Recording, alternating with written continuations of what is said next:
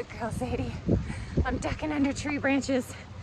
Zadie is a lot of interesting contrasts.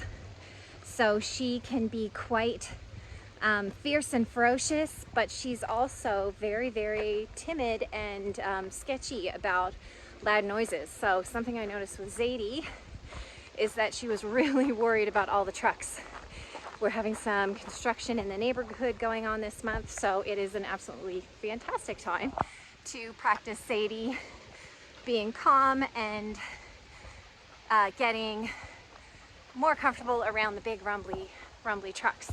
And so the way that we are going to do this to help our more insecure, timid dogs around the things that they're uncomfortable with is by using appropriate space. So you notice I have Zadie on the outside next to the shoulder, separated from the truck by me, right?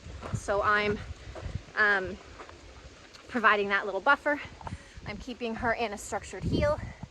I'm giving her information and guidance with the e-collar. So before that truck passed, you heard me say heel.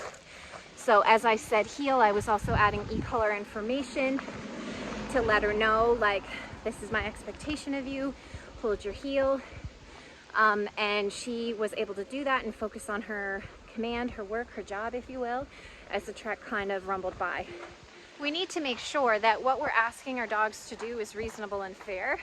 So it wouldn't have been fair if I had her exposed to the truck and it came really, really close. Anyone would be afraid of that, right? I would be afraid of that. So we have to make sure that we're setting our dogs up for success by using space to our advantage.